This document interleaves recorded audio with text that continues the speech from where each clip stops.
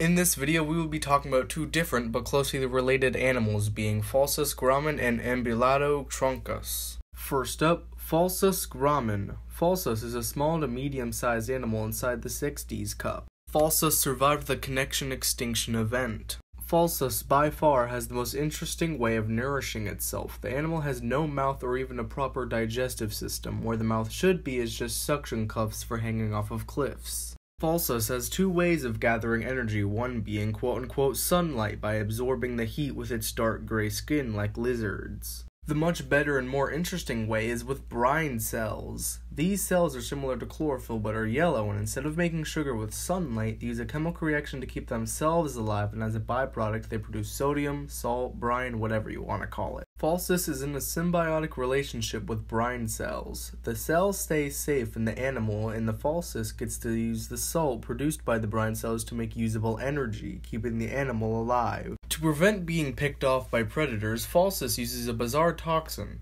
salt. Inside this cup, although originally it was just said that the ground was made up of dust, rust, and silver, that's kind of wrong. There are many more things that make up this place, like sodium. But Pholsus is so salty that no predators can handle the extreme amount of salt they would ingest by eating Pholsus. To prevent still being eaten, Pholsus does produce a foul smell when threatened, and animals like Praestrictus, when they were around, they were no threat thanks to Pholsus being not much warmer than the surrounding air. Although using salt as your only food source is very interesting and seemingly successful, you don't have a whole lot of extra energy laying around for movement. And for days on end, groups of Pholsus will stay in the exact same place, only moving if they don't like their current location or for mating. To mate, two Pholsuses will simply mate, and go back to their walls for a few days. The female will excrete salt out of one of her many arms and make a small nest structure to hold her eggs, which after laying her eggs she will move likely not super far away from the nest and hope for the best.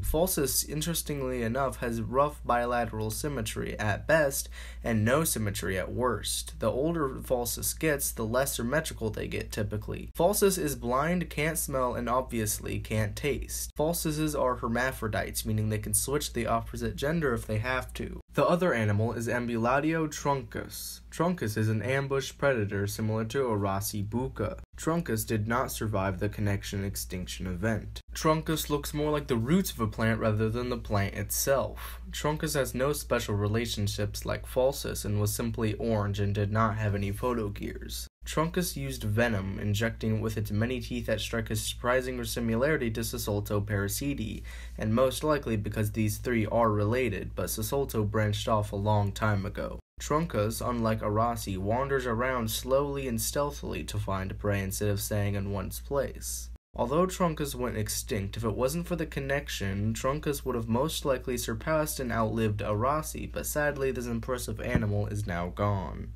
Truncus, just like Pholsus, are hermaphrodites, switching genders whenever they meet a mate of the same gender.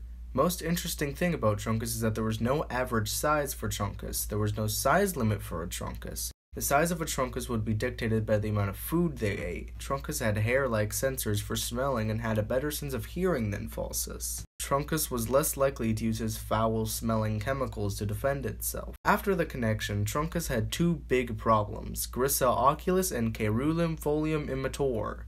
These two wiped out all of the Truncus. Grissa was able to simply see Truncus from afar, both on Folium or better yet on Brevis, and sneak up on Truncus and kill it. Truncus wandered around a lot, meaning that any immature that they passed had a good chance of picking it off. That's all for this episode of the undiscovered species of the cups.